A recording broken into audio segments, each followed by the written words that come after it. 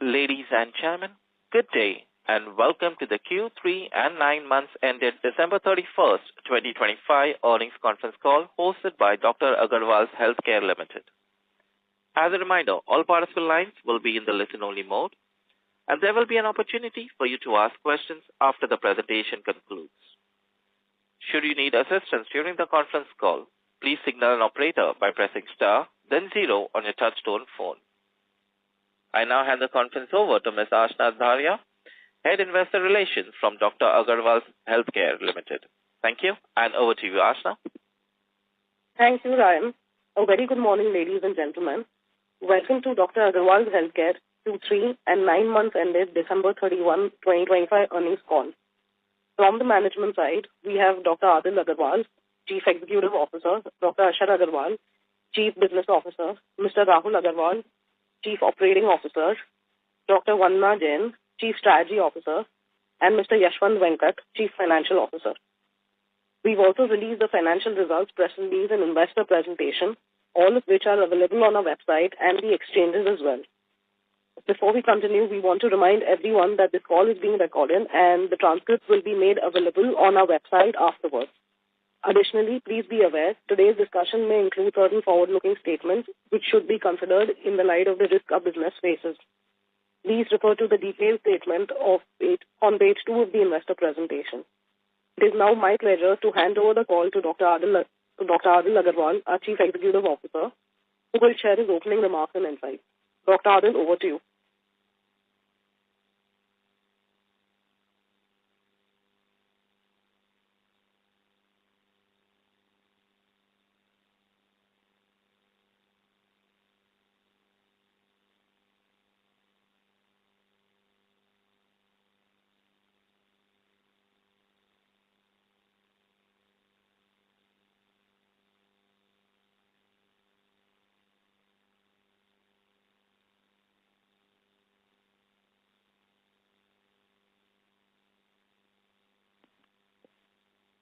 Ladies and gentlemen, we have lost the line of the management. Please stay connected while I reconnect the management. Thank you.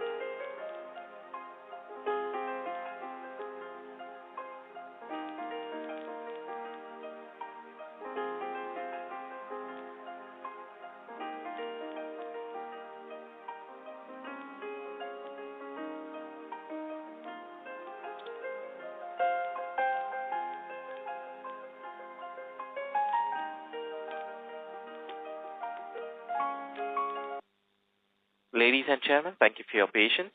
We have the management line reconnected. Dr. Adil, you may proceed. Thank you, Ashna and Ryan. A very good morning to all of you and a warm welcome to the Q3 FY26 earnings call of Dr. Agarwals Healthcare Limited. Let me begin by providing you all an update on the performance of the company. For the 9 months ended December 2025, the company reported a total income of 1,548 crores, up 20.8% year-on-year, while revenue from operations rose 21.2% to 1,516 crores. We delivered a robust Indian EBITDA of 440 crores, reflecting a 23.6% year-on-year growth, with margins improving by 64 basis points to 28.4%. Our profit after tax grew 74.3% year-on-year to 118 crores, with PAT margins expanding by 234 basis points to 7.6%. Moving on to the third quarter performance, I'm pleased to share that we delivered a robust and well-rounded quarter, reflecting strong execution across our network. For the third quarter, the company reported a total income of 540 crores, up 21.9% year-on-year, while revenue from operations rose 23% to 530 crores. Q3 also delivered a robust India's EBITDA of 155 crores, reflecting a 21.3% year-on-year growth, with margins of 28.4% for Q3. Profit after tax grew 55% to 44 crores, while PAT margins expanded by 171 basis points to 8.1% for Q3. Next, I would like to share our footprint and network growth update. During the 9 months ended December 2025, we served over 22 lakh patients and performed nearly 238,283 surgeries. Every day, nearly 10,000 patients now walk into our facilities across our network, up from about 8,000 in the previous financial year. This represents a 25% growth in walk-ins. This consistent growth in footfall reflects not just the scale of our operations, but also the strength of our brand recall and our ability to deliver quality eye care close to where patients live. During the year, we continue to invest in the expansion and stabilization of our newly launched facilities. The ramp-up across recently launched facilities has been faster than earlier phases, supported by strengthening brand equity, reinforcing our confidence in scaling expansion more aggressively while continuing to deliver superior clinical outcomes.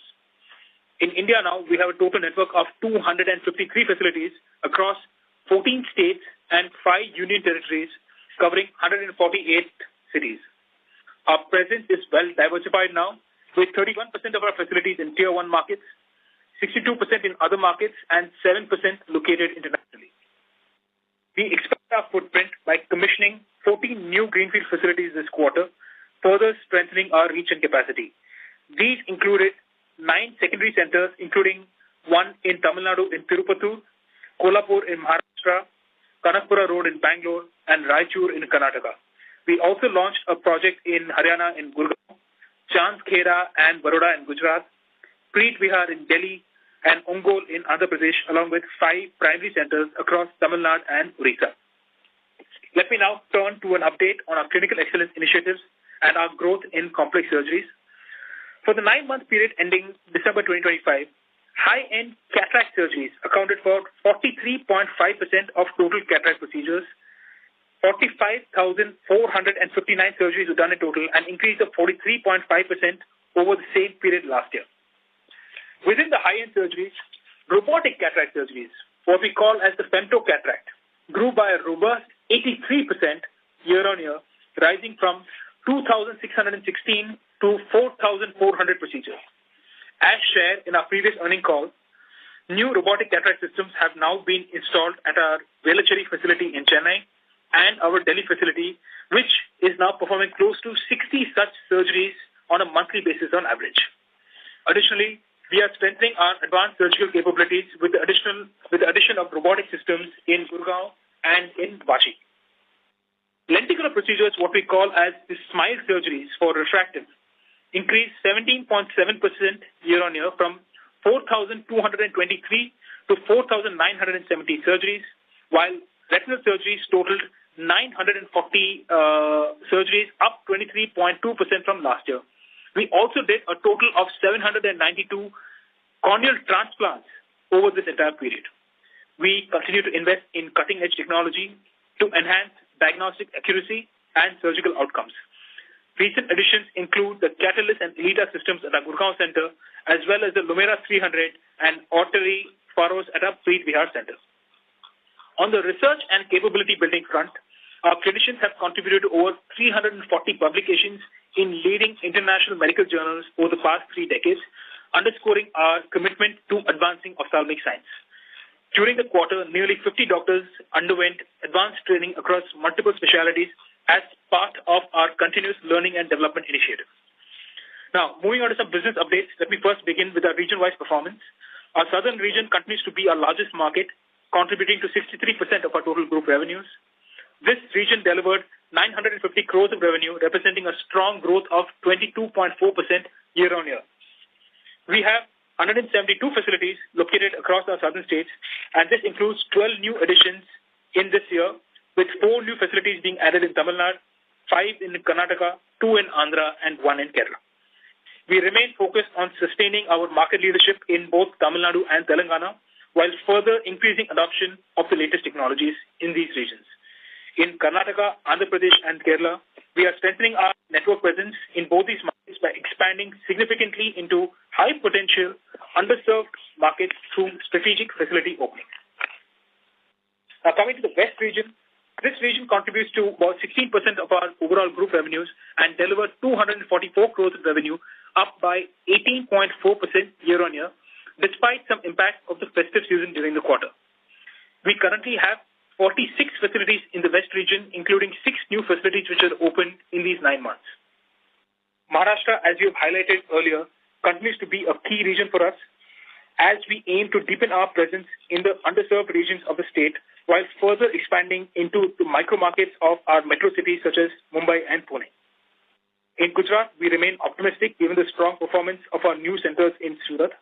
We also commissioned a secondary facility in Chandkhera in Ahmedabad and also launched a facility in Baroda. We plan to further strengthen our footprint in the state by adding more facilities and accelerating adoption of advanced technologies across the region. Now, coming to the North region, this contributed to 8.3% of our group revenues, and this region reported 126 crores of revenue this quarter, up by 19.7% year-on-year. We currently operate 24 facilities in the entire North region.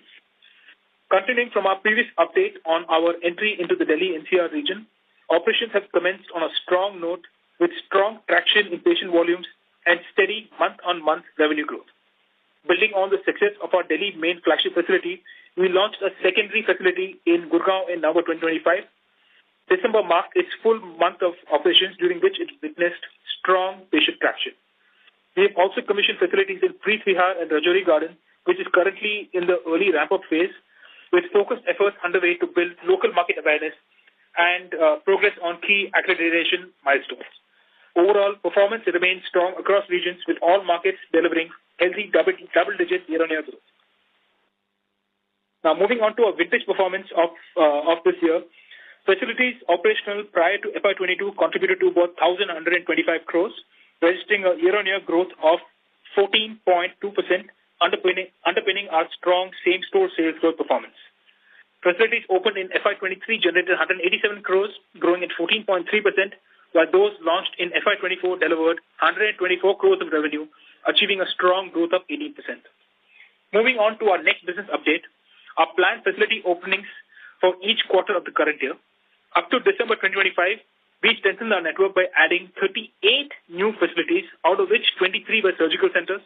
Over the next quarter of this financial year, we plan to launch another 16 centers, including 5 in the south, 5 in the west, and 6 in the north. Out of the total planned additions, 11 facilities are expected to be surgical centers.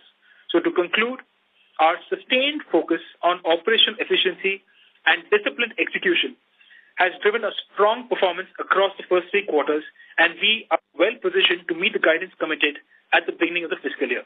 Now, I would like to hand it over to our CFO, Mr. Yashwant Venkat, who will take a deeper dive into our financial performance. Thank you, Dr. Adil. I'll begin with the operational update. Surgical services continue to be the main revenue driver, contributing 67% to the group revenue.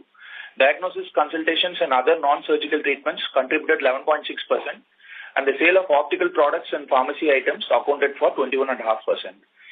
For year-to-date December 2025, we performed 283 surgeries, marking a 11.6% year-on-year growth.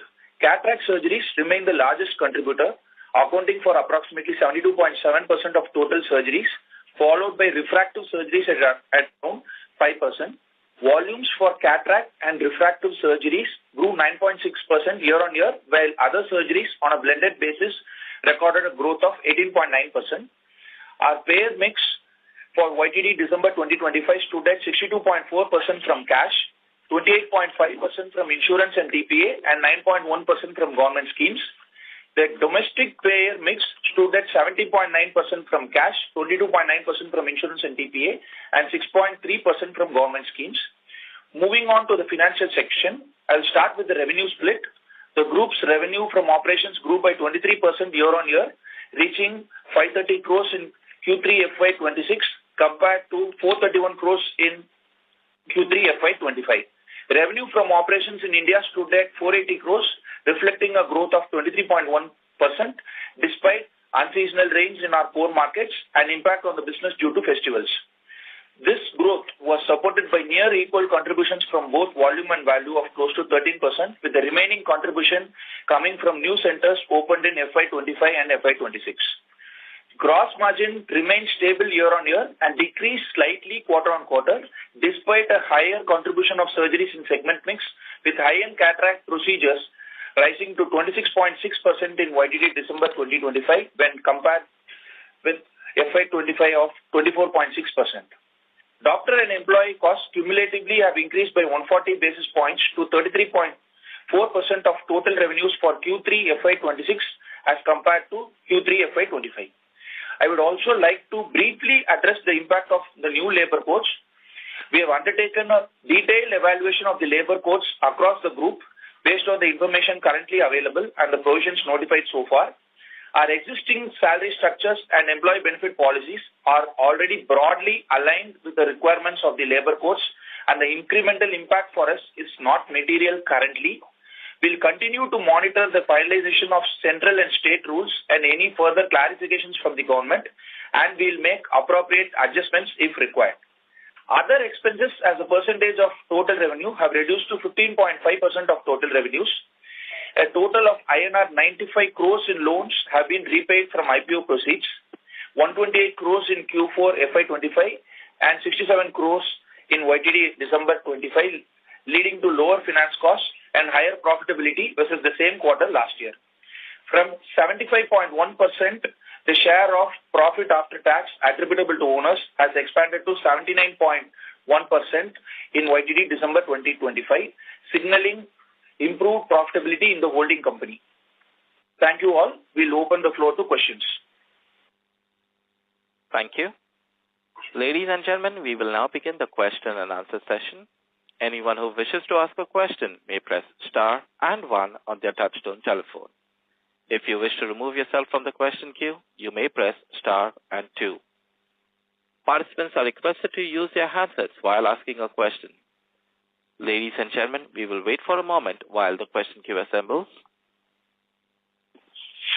We take the first question from the line of Binay Singh from Morgan Stanley. Please go ahead. Hi team, congratulations on another steady quarter. Two questions from my side. When we look at the surgery mix for the quarter, taking from the YTD numbers, we know that the cataract surgery growth has slowed down to around 4%, but at the same time, the refractive surgery growth has risen quite sharply. So could you comment on these trends? In fact, and also typically we see refractive March quarter tends to be the biggest, but this time your December itself is very strong. So how should we see that trend going ahead? So that's the first question. Thanks. Hi, Binay. Thanks for the question. I will just request our CEO, Mr. Rahul Agarwal, to just take this. So, Binay, hi. Actually, our cataract has been quite strong this quarter. We have grown by almost 18.5%.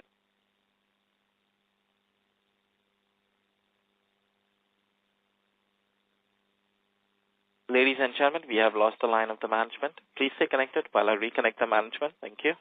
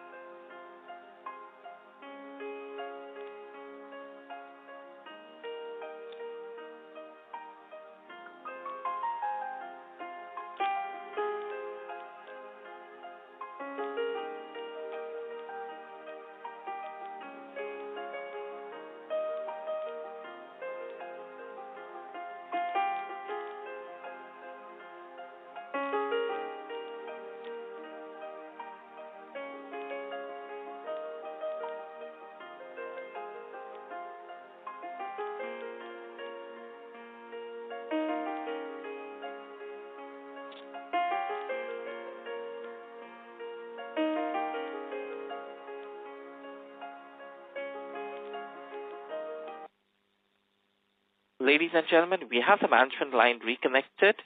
Vinay, if you could please repeat the question for the management. Thank you. So, Vinay, I'm okay.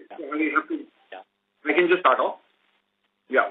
Yes. So, as I was saying, our cataract for this quarter has been stronger at 18.5% growth. In fact, refractive has been slower for us this quarter and largely for this year. It's more to do with the overall industry being slightly slow on the refractive side this year. Hopefully, we'll bounce back on refractive next year. That's how we are seeing it. This quarter, I think from a cataract perspective, which is the bulk of the business that's coming in, has been fairly strong. So just to clarify, you're saying the number of surgeries are up 18%. The value is up 18%. Yeah. And the number is up 13.7% on cataracts. Okay. No, I'll separately take this and share. And similarly, when I do the emerging facility revenue growth for this quarter, therein also we see that the mature facility revenue growth has picked up, whereas the emerging facility revenue growth has slowed down.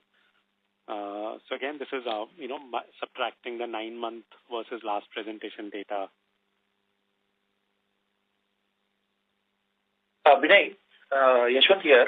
See, just a small clarification. If you go to the investor deck on slide 13, it is better to look at the revenue growth on a vintage-wise basis, Vinay, because the mature facility definition is a rolling definition, so it will not be appropriate to calculate. So if you look at your FY22 up to FY22 centers on a YTD basis, it is close to about 14.2%. For the half year, it was about close to around 13.5 to 13.8%. So similarly, other vintages also, if you can calculate, that would give you the right picture, Vinay. Right. No, thanks, team. And just lastly, if you could share the capex number for the year, how much have you done YTD? And also, what was THIN's contribution this quarter? That's it. Thanks. So, on capex, we have done about close to 275 crores, Vinay, out of the 310 crores which we had committed. And on the spends in the subsidiary for the Cathedral Road facility, we have done close to about 35 crores out of 70 crores which were committed, Vinay. Okay. Thanks. Thank you. We take the next question from the line of Ananya Khanna from Alpha Alternatives. Please go ahead. Yeah. Hello, sir. First of all, congratulations on a steady quarter. Secondly, my question to you is, you mentioned you commissioned a few new facilities, right? So I want to understand when those are supposed to sort of become operational, and when are you expecting for them to break even? I think Dr. Adil had mentioned about commissioning of a couple of facilities in Delhi. One in Preet Vihar, which got launched at the end of December, and one in Rajouri Garden, which has already got launched in January. See, in terms of a break-even, currently it will be difficult for us to comment on the Delhi facilities. However, we expect the facilities to broadly break even around the 15 to 18 month kind of a number. It's a very broad estimate. All right, sir. But you also mentioned a few other facilities apart from the ones in Delhi. I'm talking about the primary health centers, etc. So what about those?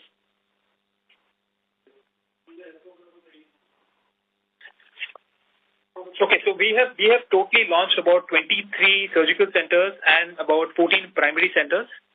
Out of these 23 centers, I will just give you the exact breakup. Give me a second. Yeah, so we launched 4 new facilities in Tamil Nadu, 5 new facilities in Karnataka, 2 in Andhra, and one in Kerala.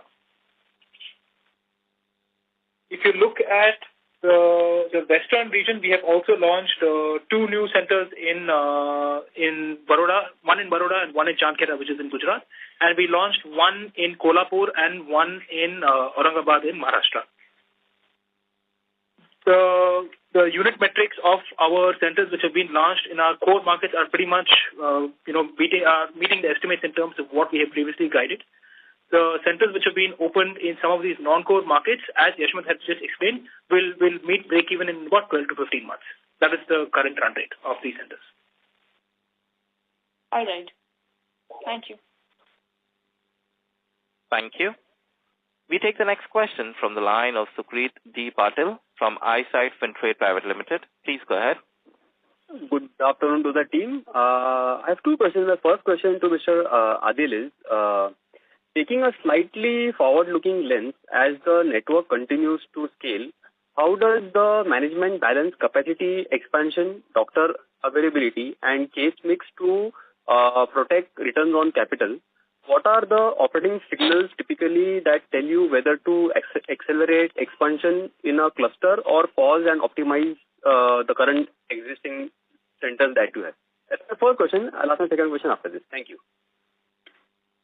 So the first important metric for you to look at is, despite the scale of our expansion. So like I had mentioned, we have launched about 52 facilities in the last 12 months. In these last 9 months alone, we have added about 37 new facilities. The goal is to end up at about 52 to 55 facilities by the end of this year. One of the healthiest signs which we believe of us expanding the right way and us being able to scale up our operations in the right manner is, if you see our EBITDA margins, we've been able to maintain them at a 28.5% EBITDA margin, right? So despite us being able to scale up this many new centers, we've been able to maintain our margins, which basically means that we are ramping up our new centers a lot faster to break even. That's the first sign. A second very important sign is our same-store sales growth. That is a very, very important metric that we track. And like Rahul had mentioned, our same-store sales growth is north of about 13.5%, which is again a very, very healthy sign. All of these signs lean to the fact that you're able to generate significantly healthy cash flows, which you're actually able to deploy towards ramping up more centers. So I would say these 2 are very, very important signs for us which we look at. How are you able to scale up your new centers? At the same time, what is the kind of same-store sales growth you are able to maintain? If you're able to do these significantly and you're actually able to better your margins, or at least maintain your margins you're at, you will start to see the return on capital improving over the next 2 to 3 years, which is what we've already demonstrated over the last 9 months. My second question to Mr. Venkat is, from a financial monitoring point of view, beyond the reported margins, what internal unit level metrics do you track most closely to assess whether the pricing power, utilization, or cost efficiency is trending according to the way that you have planned, or it's starting to weaken across the board? Just want to understand your view on this. Thank you. Yeah.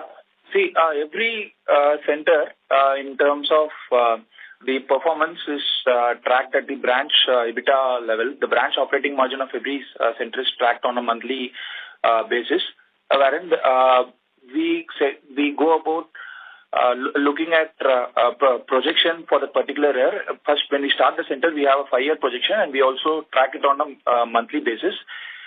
Here, if the center starts to say not break even within the stipulated particular time for that particular market, then we bring in a few interventions in terms of both the revenue ramp up, as well as we also look at unit level costs such as your doctor cost, employee costs, and also what we spend on marketing and a few other administrative expenses as well, which are in our control.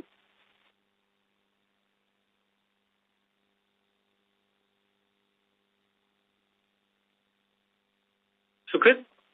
Yeah, I said thank you and best of luck for the next quarter. Thank you, Sukrit. Thanks. Thank you. We take the next question from the line of Nikhil from SIMPL. Please go ahead. Yeah, hello. Thanks for the opportunity and congrats on good set of numbers. I hope I'm audible. Yes, Nikhil, you're audible. You can go ahead with the question. Sir, so my question was, if I look at our revenue per facility over last 9 months, across regions we've seen that there is a drop in revenue per facility while our surgical mix has improved. So can you just help us understand why the revenue per facilities are dropping across the regions? And how does this play out over a period of time, like over last 5-10 years? How would these numbers play out? Nikhil. Hi, Nikhil. A small correction. See, when you're calculating the revenue per facility, you have to break it down into surgical as well as primary. For example, I think you are using the slide 12 on the investor deck while calculating the revenue per facility.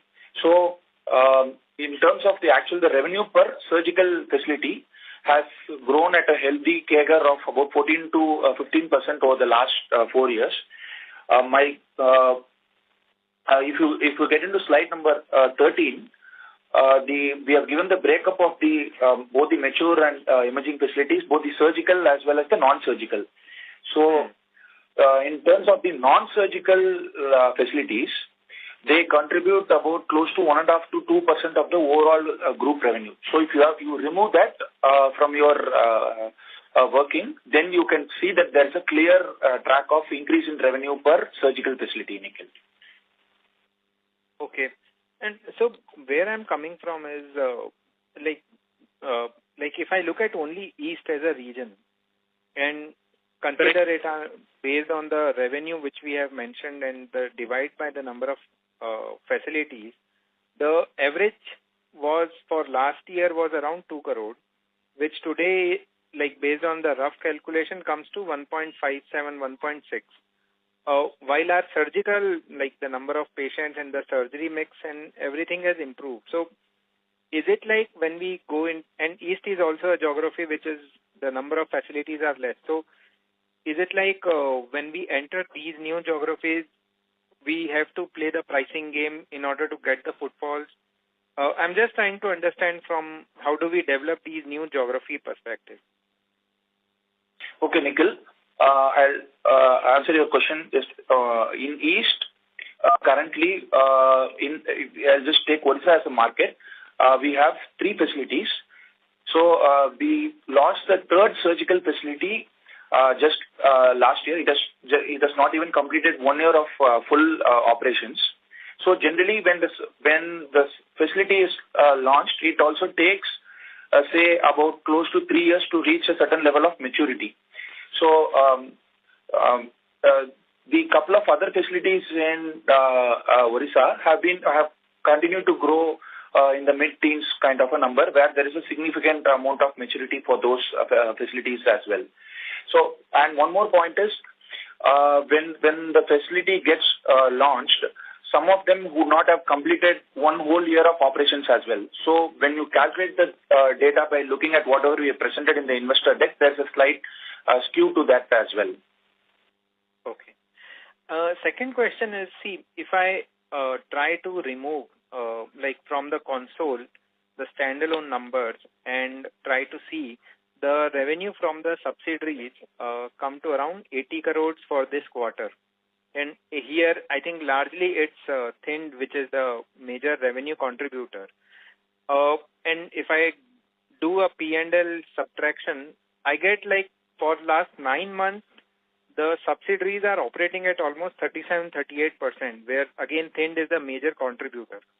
Now, what I'm trying to understand is that I know Thind is the established chain in Punjab, and if I draw comparables to Tamil Nadu, which is Dr. I, which is the other subsidiary, even that does not operate at such high kind of a margin. So, what is the differential that we are able to operate at such high margins in a specific entity like Thind, while even in our markets like Tamil Nadu, we are operating at 28 to 30%. So, what brings this differential, and can we close these differentials over a period? See, Thind is a unique case where bulk of the revenue comes from a single facility based out of Jalandhar. There are no further major costs as far as the regional resources and corporate resources are.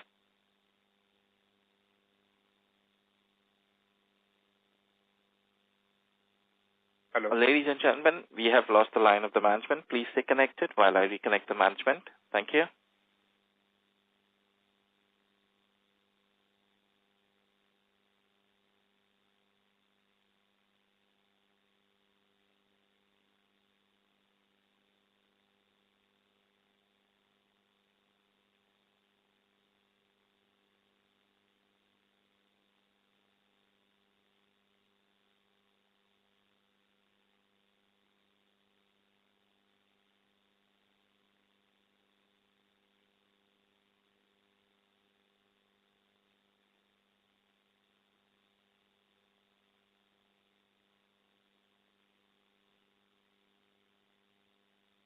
Ladies and gentlemen, we have the management line reconnected. Sir, please proceed. Yeah, as I was explaining, see, then the majority of the revenue comes from a single facility, and there are no costs as far as the regional resources are concerned, and very minimal costs as far as corporate is concerned. Our subsidiary, AEHL, which is predominantly consists of mature facilities and operating out of Tamil Nadu, there also the margins are at close to about 33% as far as the corporate margins are concerned. When you also add back your regional and corporate costs, those margins would be slightly more comparable to what the current margins are at TECPL. Okay. And last question. See, based on the brand equity that we have in Thind, my idea would have been, and I could be wrong here, that since Punjab and Haryana have always been a sister states, there would have been a patient flow from nearby states as well. So have we not expanded in Punjab beyond beyond when we had acquired this entity, or like how many new facilities we've opened based on the brand equity, or if you can just share what have we done with this beyond what it was there. I'll request Dr. Ashar Agarwal to come in. He's our Chief Business Officer and he's heading the entire expansion piece. He will give you an update in terms of what's happening. Hi, Nikhil. Nikhil, basically we are working right now on 3 new facilities under the Thind banner. Ludhiana is under work right now, so it should launch soon, but the other 2 centers are a little more futuristic. So there is the expansion play coming into Thind as well. Okay. And Haryana is already underway. Gurgaon is already launched, but that is under the Dr. Agarwal's banner. Okay.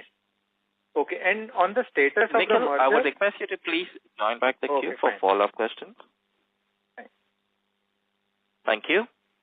We take the next question from the line of Tushar Manudhane from Motilal Oswal Financial Services Limited. Please go ahead. Yeah, thanks for the opportunity, sir. So just coming back on the surgery revenue growth, while the revenue growth has been very healthy for the quarter, but number of surgeries growth rate has been little soft. If I put that 238,000 surgeries into different categories, both overall number of surgeries as well as if I have to break that into cataract and refractive. So if you could just explain that first. Okay. Hi, Tushar. This is Rahul. From an overall surgery perspective, if you see, while the surgery growth is at 11.6%, we are also getting a lot of premiumization which is happening. So you'll have to see the overall growth from both the number and the value perspective. One of the things that Adil also mentioned initially was that we are doing a lot of technology upgradations in a lot of our centers, both on refractive as well as on cataract. In cataract, we have added quite a few centers with our Catalyst machines and Zyma machines, which are the ones which do femto cataract for us, or body cataract as the market knows it as. So those are very, very value accretive.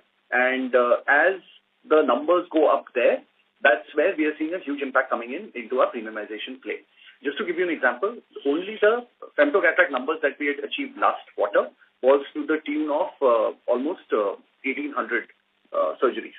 So that's almost a mix of if I just look at our high-end surgeries, it's a mix of almost 13% of our high-end surgeries which are getting converted to femtocataract. So that's something which is adding a huge value to us and helping us do our overall surgical value growth also. So it's not just the volumes, but it's the total value which you should look at.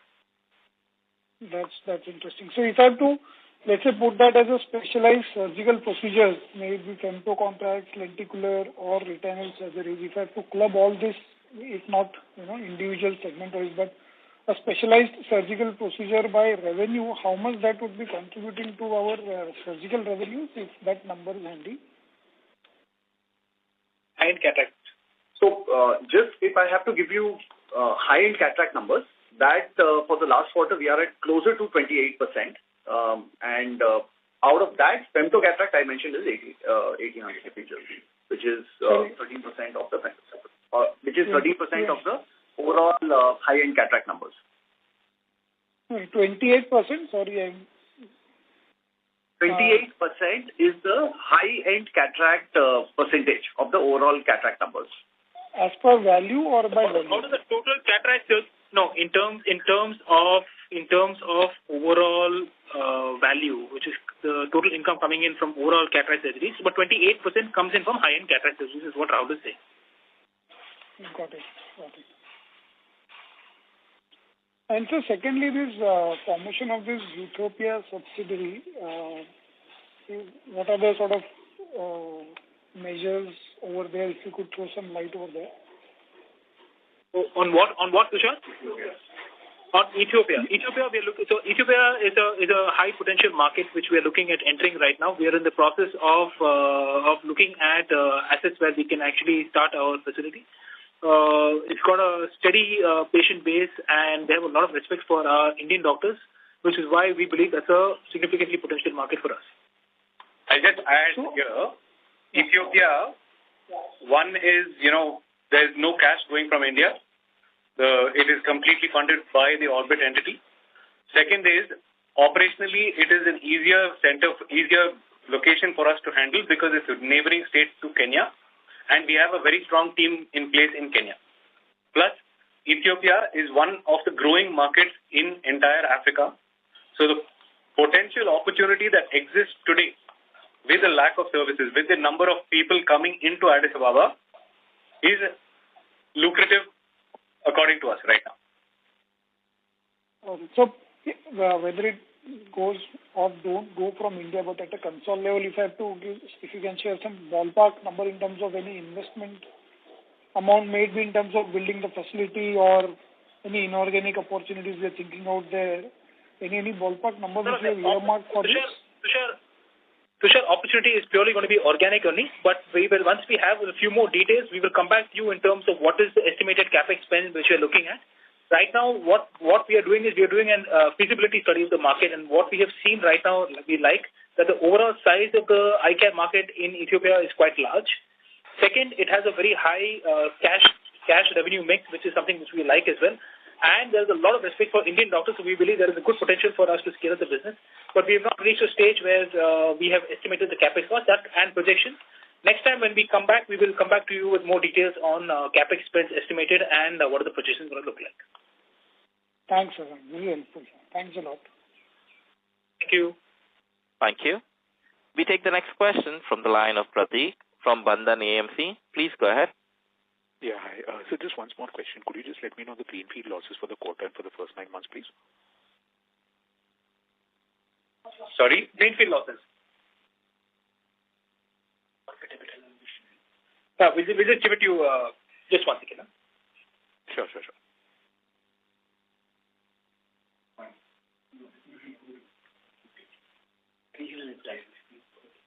Yeah, so overall at a regional level, our total losses are about 28 crores.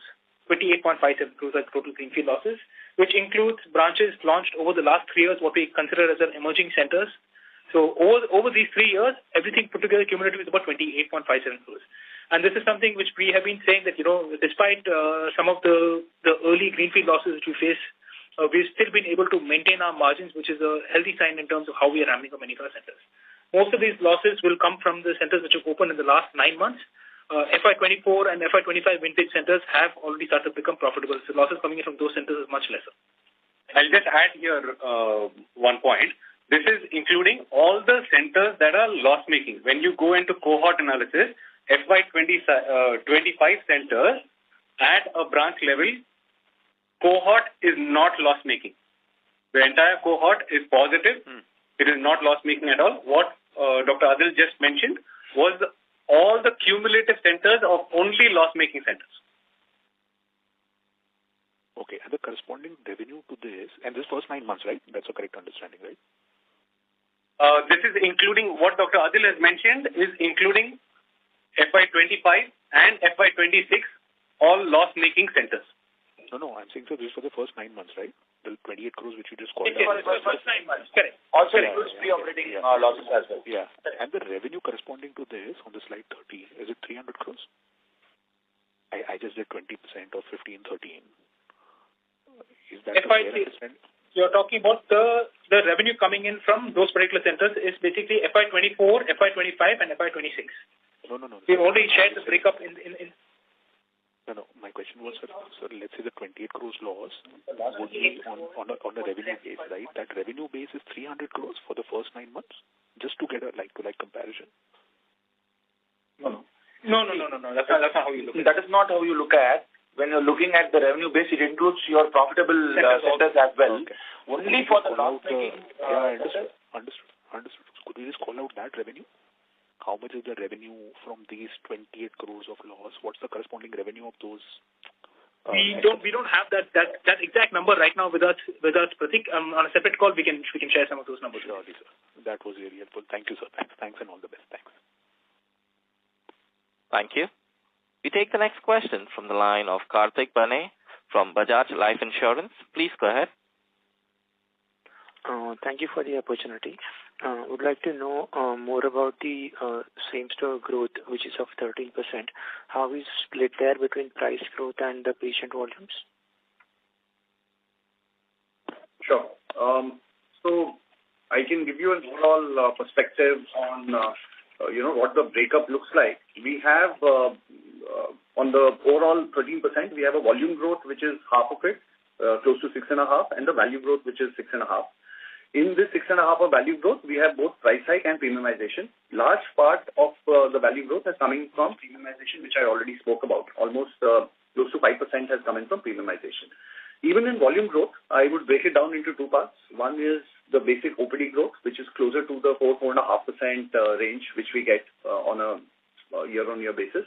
And the remaining is what we do with the same walk-ins which comes in, where we are able to get better conversion rate on the same patients. As the facility starts maturing and the confidence starts and the trust starts growing higher, our conversion also on the same walk-in numbers starts increasing higher. So that's another 2%.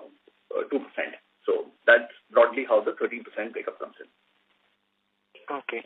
And second question is on the robotic surgery.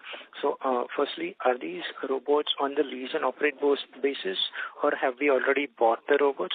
And secondly, 60 surgeries that you mentioned per month per robot. Is this the highest capacity, or is there a scope for further improvement in the capacity utilization for robots? So the 60 robotic cataract surgeries, the number we mentioned was what we have started to do from our Delhi facility. It's not overall. Some of our centers, some of our high volume centers do a number which is much higher than that as well. So overall, we have done about 4,400 robotic surgeries across the group, which signifies approximately 83% growth over last year. All the machines which we have are all fully owned by the company, and they are not leased out. Just to clarify. Most of our hubs across major cities now have a robotic cataract surgery machine. Okay, thank you. Thank you. We take the next question from the line of Dishant Jain from Quasar Capital. Please go ahead. Yeah, am I audible, sir? Yes. Hello. Yeah, thank you for the opportunity. One question on the subsidiary financials. There has been a sequential growth on the employee side.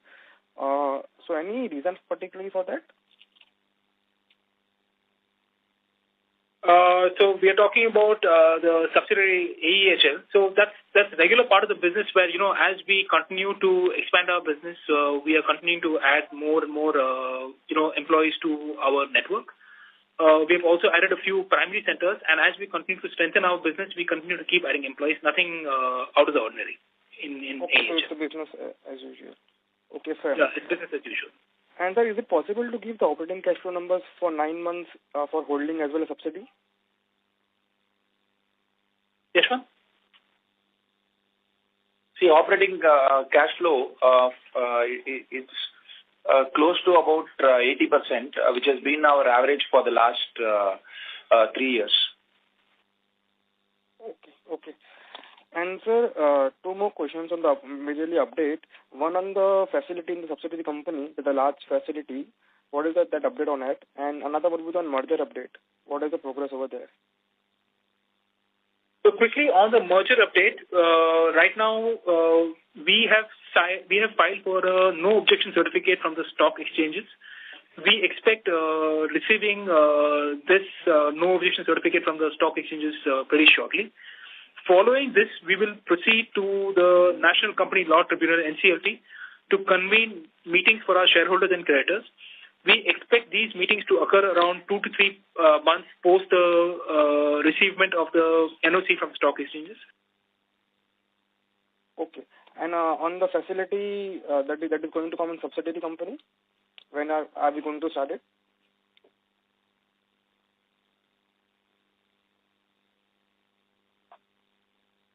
Hello. Ladies and gentlemen, we have lost the line of the management. Please stay connected while I reconnect the management. Thank you.